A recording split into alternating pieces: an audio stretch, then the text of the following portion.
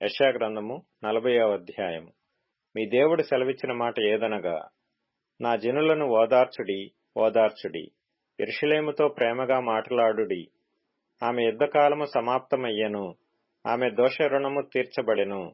యెహోవా చేతి వలన ఆమె తన సమస్త పాపముల నిమిత్తము రెండింతలు పొందెనను సమాచారము ఆమెకు ప్రకటించుడి. ఆలకించుడి, అడవిలో ఒకడు ప్రకటించుచున్నాడు. ఎట్లనగా, అరణ్యములో యెహోవాకు మార్గము సిద్ధపరచుడి, ఎడారిలో మా దేవుని రాజ్య మార్గము సరళము చేయుడి.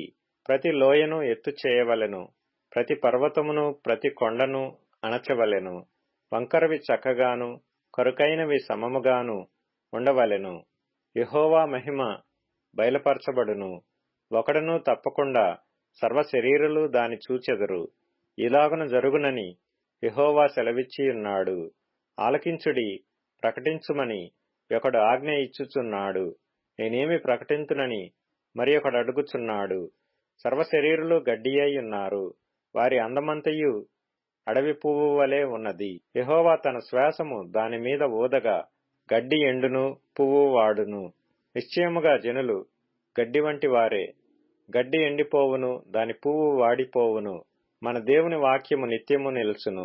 సియోను, సువార్త ప్రకటించుచున్నదానా, ఉన్నత పర్వతము ఎక్కుము. యెరూషలేము, సువార్త ప్రకటించుచున్నదానా, బలముగా ప్రకటించుము, భయపడక ప్రకటింపుమి. ఇదిగో మీ దేవుడు అని యూదా పట్టణములకు ప్రకటించుము. ఇదిగో తన బాహువే తన పక్షమున ఏలుచుండగా, ప్రభువగు యెహోవా తానే శక్తి సంపన్నుడై వచ్చును. ఆయన ఇచ్చు బహుమానము ఆయన యొద్దనున్నది.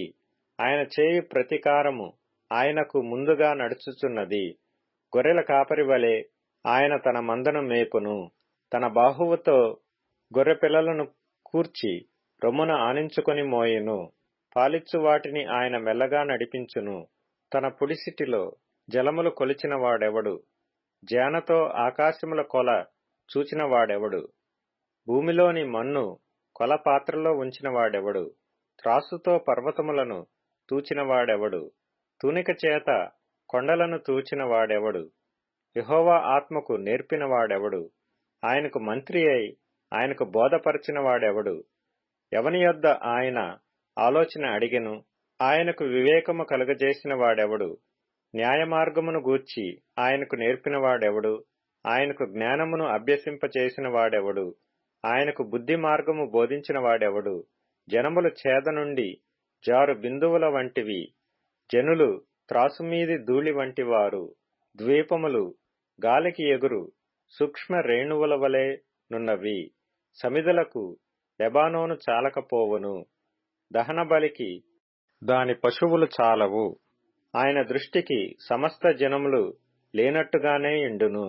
ఆయన దృష్టికి అవి అభావముగాను శూన్యముగాను ఎంచబడును. కావున మీరు ఎవనితో దేవుని పోల్చుదురు? ఏ రూపమును ఆయనకు సాటి చేయగలరు? విగ్రహమును చూడగా శిల్పి దానిని పోతపోయిను, కంసాలి దానిని బంగారు రేకులతో పొదుగును, దానికి వెండి గొలుసులు చేయును.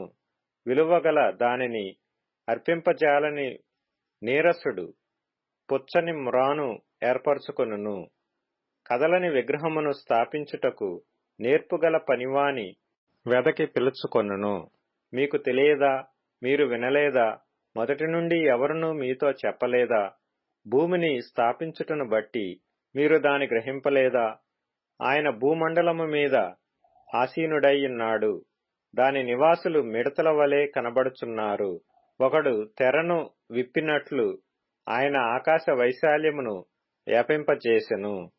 ఒకడు గుడారము వేసినట్లు ఆయన దానిని నివాస స్థలముగా ఏర్పరచెను. రాజులను ఆయన లేకుండా చేయును, భూమి యొక్క న్యాయాధిపతులను మాయాస్వరూపులుగా చేయును.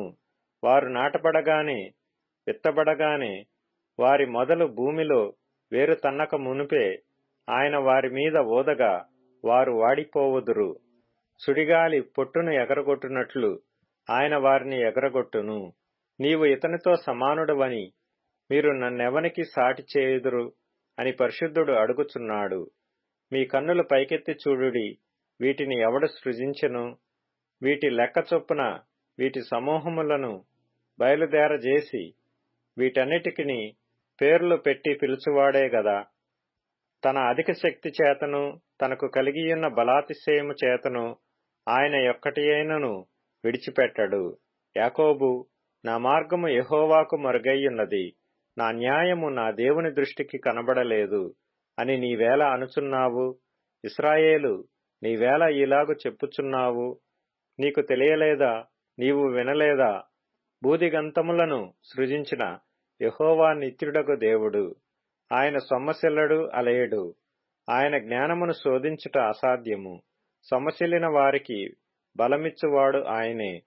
శక్తిహీనులకు బలాభివృద్ధి కలుగజేయువాడు ఆయనే. బాలురు సొమ్మసిల్లుదురు, అలయుదురు. యవనస్తులు తప్పక తొట్టిల్లుదురు. యెహోవా కొరకు ఎదురుచూచువారు నూతన బలము పొందుదురు.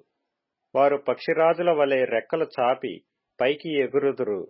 అలయక పరిగెత్తుదురు, సొమ్మసిల్లక నడిచిపోవుదురు.